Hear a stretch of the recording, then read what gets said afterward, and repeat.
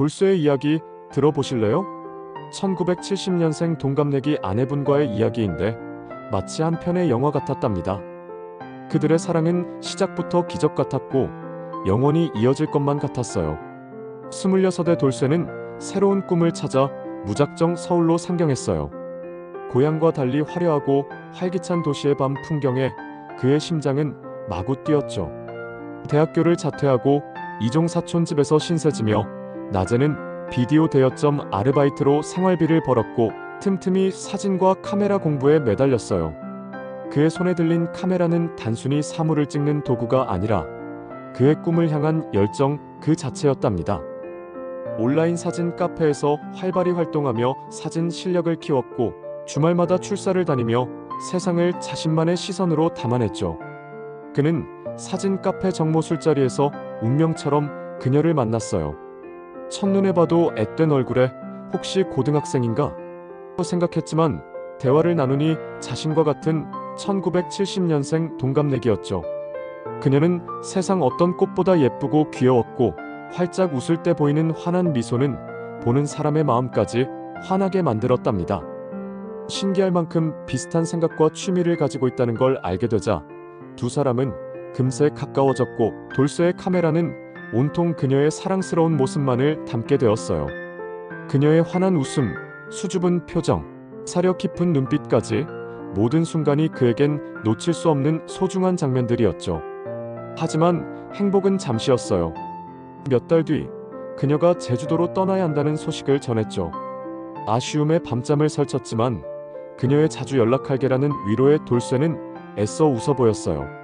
서울과 제주의 물리적인 거리는 멀었지만 그들의 마음은 매일 오가는 전화와 편지 덕분에 더 가까워졌답니다.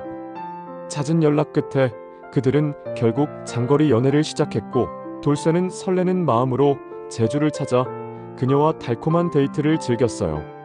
중문 해수욕장에서 나눴던 첫 키스는 아직도 그의 기억 속에 선명한 한 폭의 그림처럼 남아있답니다.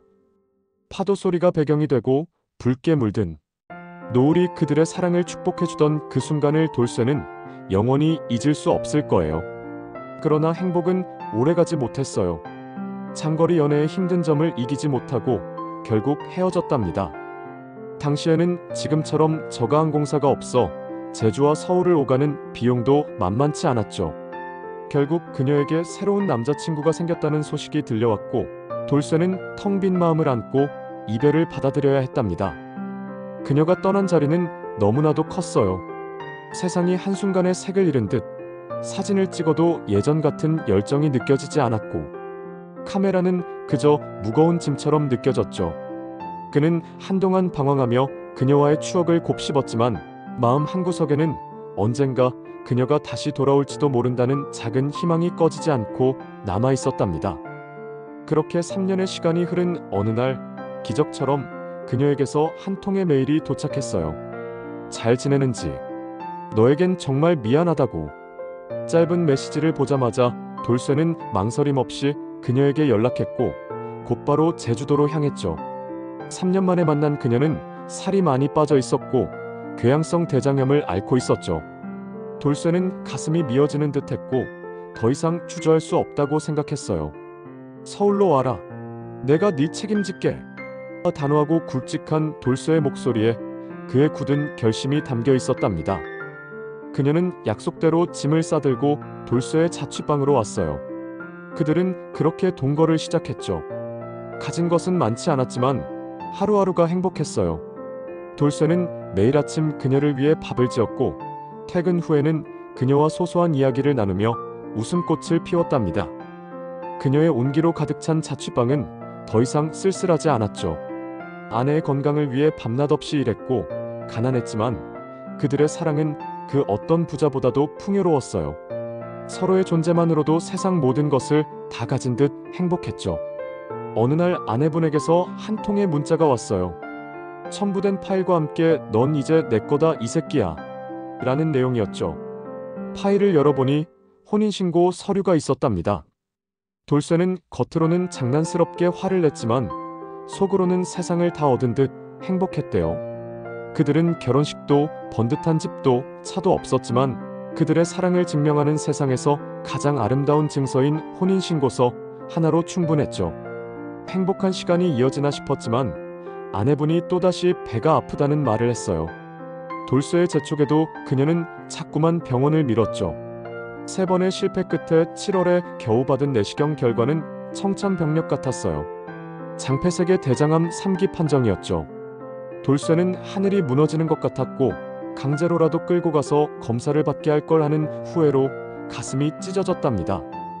나중에 알게 된 사실은 더 마음을 아프게 했어요. 아내분은 돌쇠에게 미안한 마음에 몰래 대출을 받아 주식 투자를 했었고 돈이 생기면 검사를 받으려고 했던 거였죠.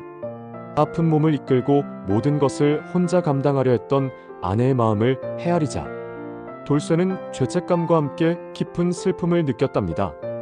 결국 아내분은 먼저 세상을 떠나고 말았어요. 보호복을 입고 차가운 아내의 손을 잡았을 때 돌쇠는 니인 내두고 어디 가노?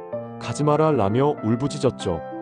그의 절규는 병원 복도에 울려 퍼졌지만 차가운 손은 대답이 없었답니다. 함께 꿈꿨던 미래, 함께 나누었던 웃음과 눈물이 한순간에 사라진 듯 했어요. 돌쇠는 아내 없는 세상에서 어떻게 살아가야 할지 막막한 슬픔에 잠겼어요. 사랑하는 사람을 잃은 슬픔에 한 달 내내 술만 마셨고 몸무게는 102kg까지 불어났어요. 숨쉬기도 걷기도 힘들었지만 더 이상 엄마를 찾지 않는 아들을 보며 그는 정신을 차렸죠. 이러다 아들 두고 나도 죽겠다는 생각에 그는 아들을 위해 다시 일어섰어요. 헬스장을 등록하고 13kg를 감량하며 몸과 마음을 치유해 나갔답니다. 이제 돌쇠와 아들은 서로를 보며 다시 웃음을 찾았어요. 아내는 떠났지만 아들을 통해 여전히 그의 곁에 살아 숨쉬고 있다고 말합니다. 아내의 흔적을 보며 그녀를 그리워하지만 이제는 슬픔 대신 따뜻한 추억으로 그녀를 기억하려 노력하고 있어요. 그의 이야기는 사랑하는 이를 잃은 모든 이들에게 위로와 희망을 전합니다. 삶은 고통스럽지만 사랑의 힘은 그 어떤 고통도 이겨낼 수 있다는 것을 보여주죠. 돌쇠의 사랑은 그렇게 영원히 빛나는 별처럼 남아있답니다.